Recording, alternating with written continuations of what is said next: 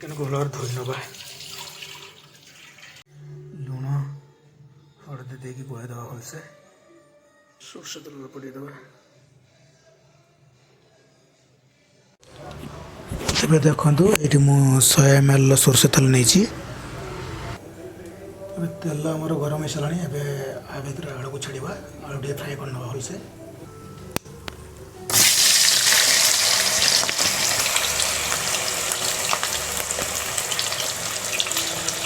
ପିଆଜ କାଟିବା।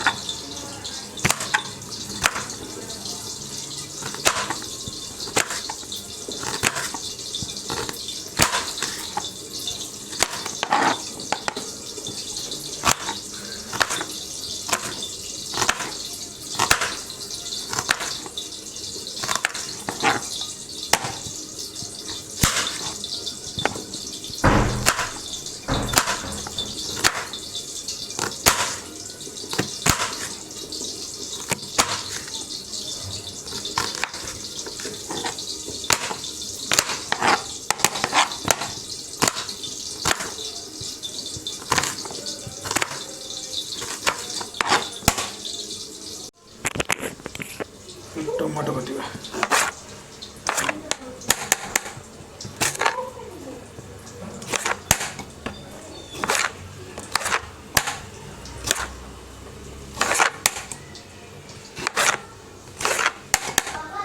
ଦେଖନ୍ତୁ ଟମାଟୋକୁ ଏଇଭଳି କାଟିଦେବେ। ତାପରେ ଗ୍ରାଇଣ୍ଡର ରଖିକି ତା ଭଲସେ ପେଷି ନେବେ ଆଉ ତାର ପିଉରି ବନେଇଦେବେ। ଟମାଟୋ ପିଉରିରେ ଚିକେନ୍ ଦେଲେ ବହୁତ ଭଲ ଲାଗେ। ଡାଲଚିନି କାଠ ମସଲା ଦେଇଦେବା। 2ଟି ତେଜପତ୍ର ଦେବା। ଏବେ ଏଥିରେ ଅଳ୍ପ କିଛି ପିଆଜ ଦେଇଦେବା।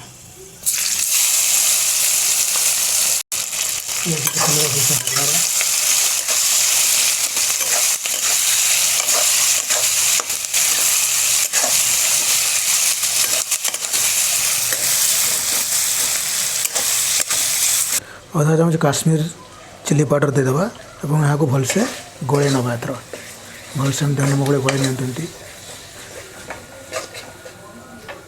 ଭଲସେ କଷି ନେବା। ଏମିତି ଦେଖନ୍ତୁ ମସଲାକୁ।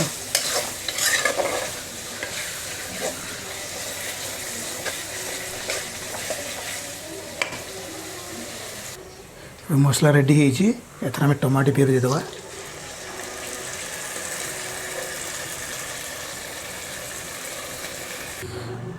ବିଲାତିକୁ ମସଲାରେ ଭଲ ଭାବରେ ମିକ୍ସ କରିନେବା। ଏମିତି 10 ମିନିଟ୍ ପାଇଁ ଏମିତି କରିବା। ବାକି ଟମାଟୋ କଞ୍ଚା ଅଂଶ ପୁରା ଚାଲିଯିବ। ତାପରେ ଭଲ ଲାଗିବ। ଏବେ ଏଥିରେ 1 ଚାମଚ ଚିନି ଦେଇଦେବା। ତରକାରୀଟା ବିଲାତିରେ ଖଟା ଅଂଶଟା କମିବା ପାଇଁ ଭଲ ଭାବରେ ଗୋଳେଇ ନେବା।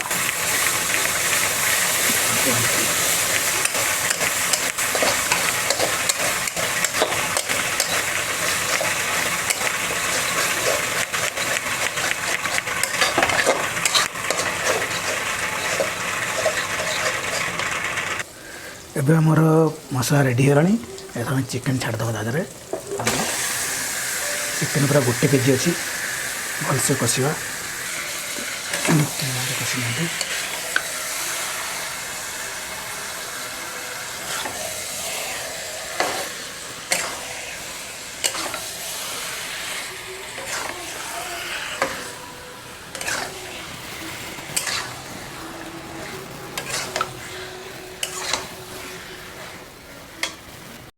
ଚିକେନ୍ ହେଇ ଆସିଲାଣି। ଏଥର ଆଳୁ ଛାଡ଼ିଦେବା। ଭଲ ଟିକେ ଗୋଳେଇ ନେବା। ଦେଖନ୍ତୁ ଏଇଭଳି ଭାବେ।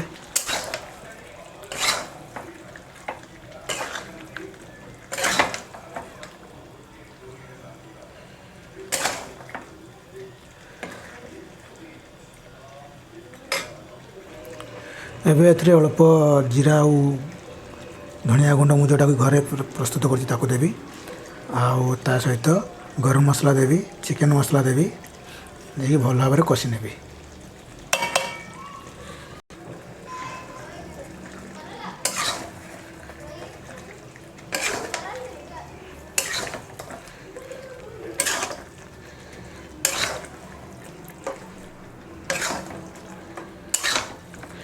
एमती देखो 10 ରୁ 15 मिनट एमती कषिले जेपर्यंत चिकेन पूरा पानी मरी न जाए। चिकेन पानी रही भल लगे टेस्टा। चिकेन पानी मरी सारा भलसे तापर अल्प किसी गरम पानी देदेवे तेज जा भल लगे चिकेन तरकारी। एमती कषि 10 ରୁ 15 मिनट देखो चिकेन भल भाव पानी मरी सारा। एबे आम ए गरम कर रखि पानी किसी ऐड करवा बेसी न 200 ରୁ 300 ml देखो।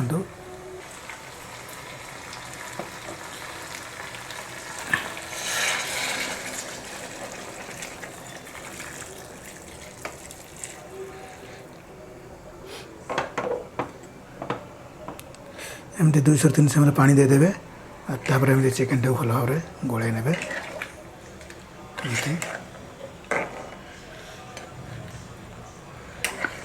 देखो चिकेन भी भलसे सीझी जाइए।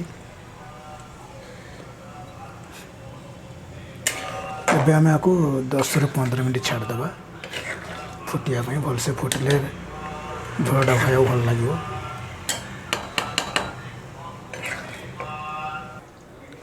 ये देखो अल्प किसी धनिया पत्र देदेवा आपको 2 मिनट छाड़देवा तापर आपको बाहर कर। देखो आमर चिकेन तरकारी भल भाव हो जाए। एबे आम को गोटे भल प्लेट को बाहर करनवा।